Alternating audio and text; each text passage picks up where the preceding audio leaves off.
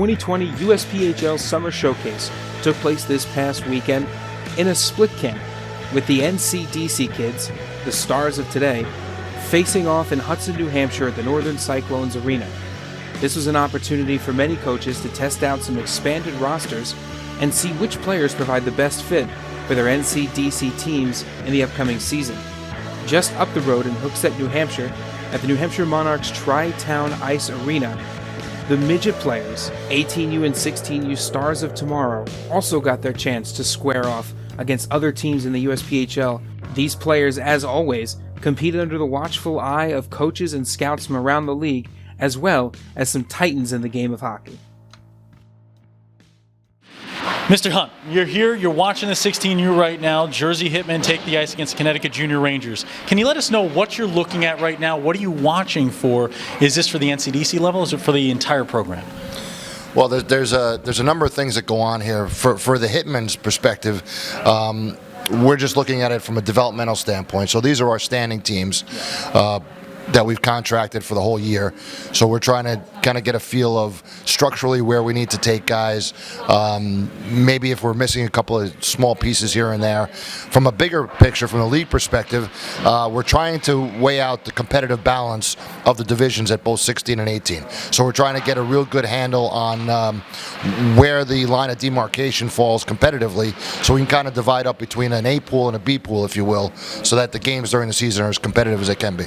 And now, talking about the importance of that, you look at that competitive balance. What does that do for a player's development? We always champion the cradle to college mantra here, right?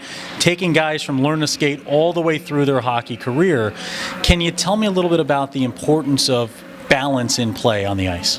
Well, look, I think for us, the midget division is really the heart and soul of our league, because it's different than any other junior league has in terms of being able to have your development process in-house.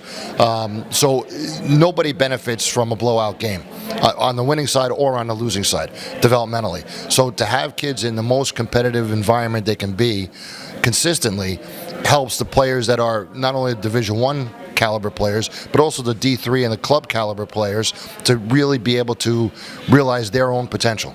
Well, I think, from a parent's point of view and a player's point of view, you want to know who's the coach and how is this coach going to help me develop and help me get to the next level. And you look at our coaches, and we've got coaches that have played Division I hockey, played Division III hockey, and they know how to get there. And they've put players Division I, Division III the past few years, and the facilities are set up where there's plenty of ice.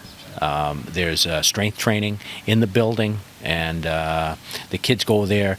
A lot of times, junior hockey, there's a little bit too much free time, and I think the structure in our league, with the facilities, with the practice ice, with the video that we do, and with the strength training and skills off ice, where the kids have a full day, they're very busy, and they develop. So if you're looking at the coaching staffs that we have, and the facilities, and we're all in. We have a development model that we're trying to give the kids the best junior experience they could possibly have to prepare them to play college hockey.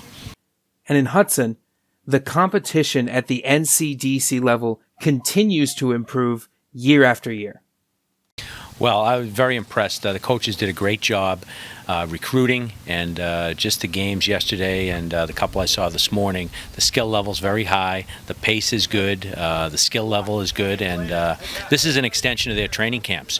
So each organization has a couple of teams here, and most of them had their training camp last week, and they've probably got down to 40 players right now, 2 teams, and they're evaluating, and they're going to have some tough decisions to make. There's a lot of good players, and this league's only getting better and better, and I think people are going to be surprised at how good this league is. We had a really good year last year, and this year looks even better.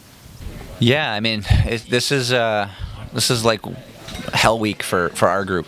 We bring them in, Chelsea peers, and we run them through on ice, off ice, practices, games, and basically they kind of work themselves into a situation to be promoted on to the showcase for further evaluation. We had a really good camp this year, really strong age groups from 05s to 2000s, which is a very good range. And for us, it's not just about today, but it's about tomorrow and next year and the following year. And we've been able to build a good database on that. And then those kids that have advanced to get the opportunity to come up here and play, it's been great. They continue the progress forward, obviously with the situation at hand with COVID and things being shut down as far as the gym's concerned and the rink. They're elongating their opportunity and their exposure. Kids are getting better obviously as the days go on because they're getting more comfortable and a little bit more into it on the ice, which is great. The injuries have really been limited this year, which is something that we focused on in camp as far as what we did for testing to make sure that they didn't get to the point where things were getting strained, stretched, and then having injuries.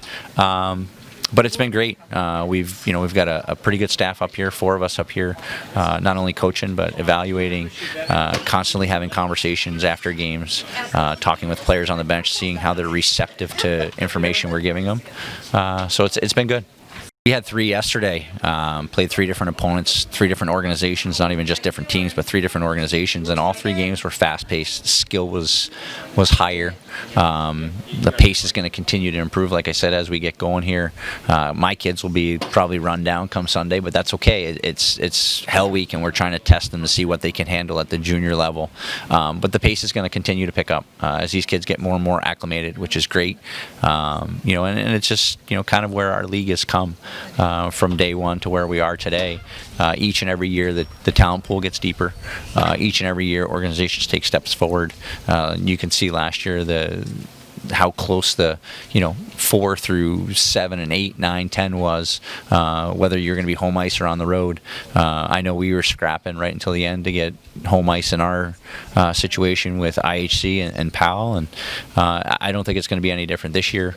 Obviously there's some issues with some other leagues, which is going to have some more players available to us, but the reality is you go into these situations, you evaluate, and then it's your job to go out and find a way to sell people to come to your program to play for you particularly, and that's kind of where we're at stage-wise with some of these kids, but the talent level is up significantly across the board, which is great. So all these variables are hanging out there, and what we've done as a league is we've tried to create ourselves as a constant. We're dedicated to playing hockey this season, and we're doing having this event. I think kind of goes to show what our commitment level as a league really is that we're dedicated to having hockey, and I think players want to play. And they're seeing what our league is doing, not so much what we're saying, but what we're actually doing. And that's giving all those players that are dealing with their variables an idea of, okay, well, this is the constant. Maybe I should look at this as an option. Final question for you. I mean, at the lead here, at the helm of the NCDC, what do you expect out of the league this year? What are your goals for the league this year? What do you want to see? What's a successful season for the NCDC?